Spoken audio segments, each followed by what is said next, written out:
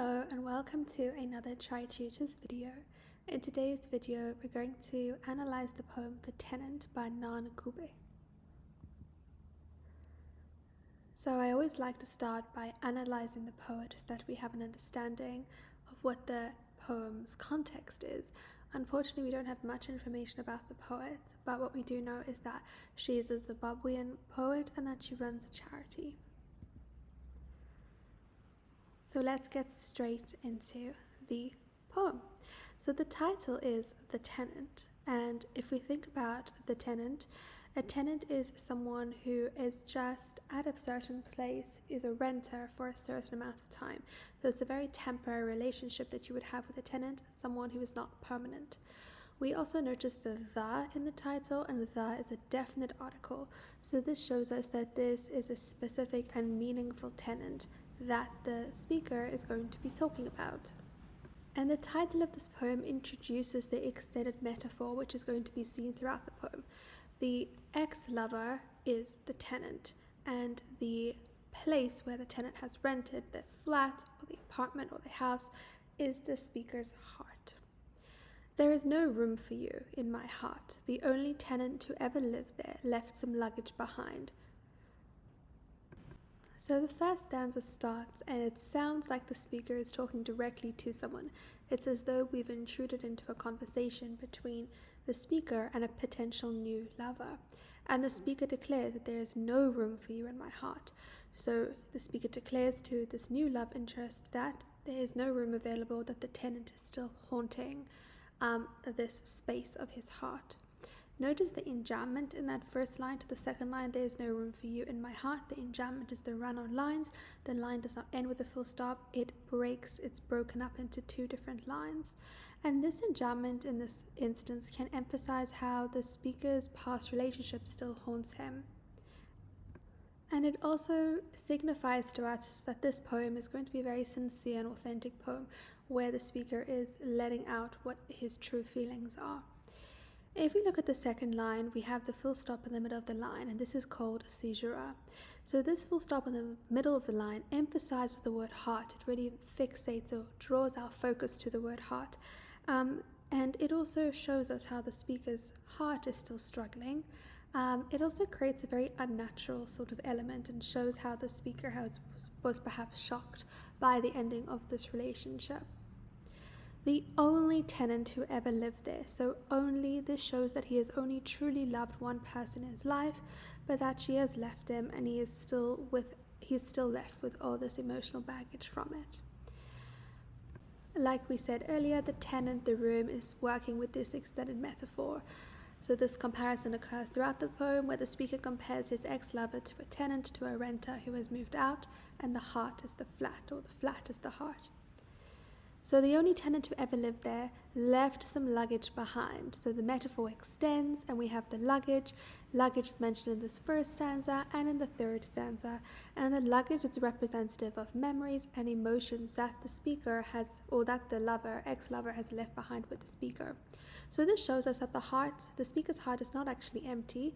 There is just no room left because he's holding on to all of these memories from this previous relationship. I didn't evict her, she simply left without a word.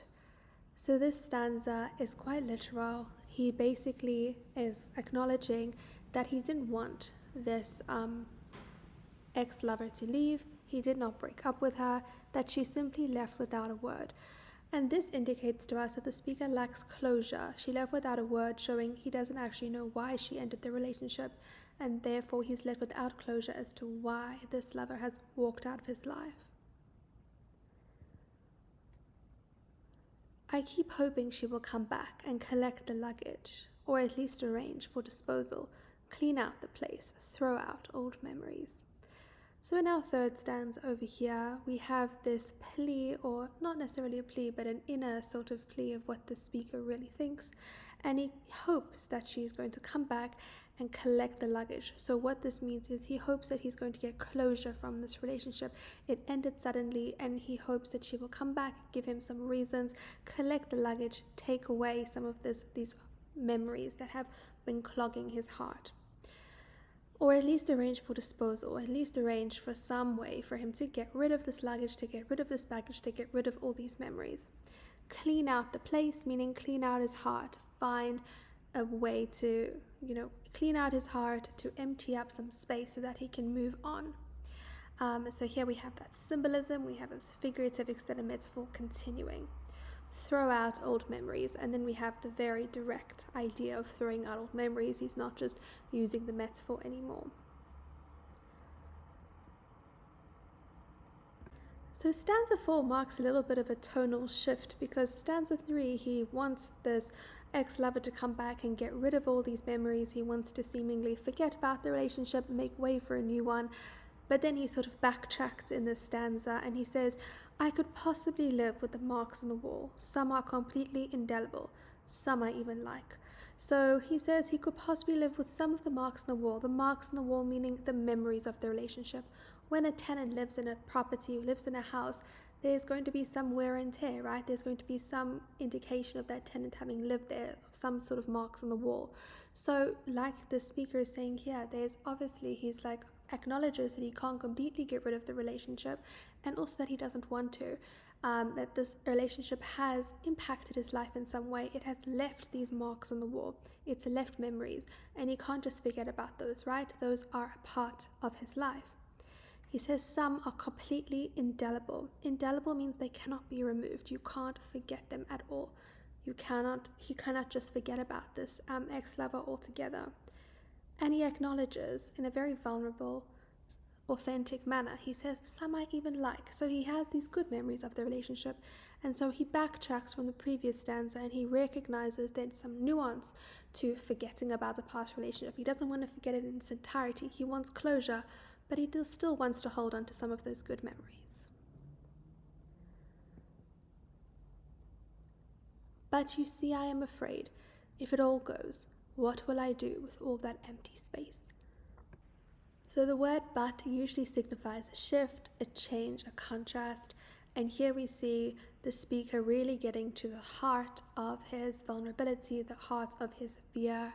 And he says, you see, I am afraid if it all goes. So if all the emotion, if all the memories, if he actually finally gets closure, regarding this previous relationship, he wonders what he will do with all the empty space, meaning all of this empty space of his heart, the fact that his heart could be ready for a new relationship, for a new love, for a new beginning. He doesn't know what will be left in his heart. He feels unsure about his future and he feels vulnerable.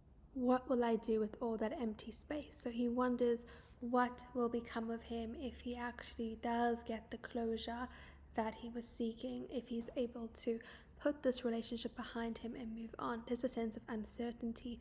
He doesn't know how to completely start over again and how to face the world in this vulnerable state with an empty heart. So the structure of the poem, we have 5 stanzas. It's written in free verse and there's lots of enjambment and a couple of examples of caesura.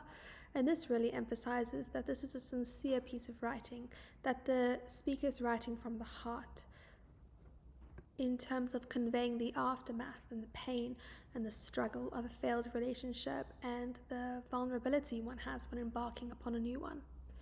The tone of the poem can be vulnerable, reflective, sincere. At times it's quite melancholic and heartbroken, and then in perhaps stanza 4 we can say it's contemplative. The mood of the poem is quite intimate and vulnerable and reflective, while the theme and message is heartbreak, relationships, the struggle of moving on. And this theme is definitely showcased, emphasized, and highlighted through the use of the extended metaphor throughout the poem. I hope that you found that video helpful. Thank you for watching. Please like this video and subscribe to the channel, and I'll see you in the next one.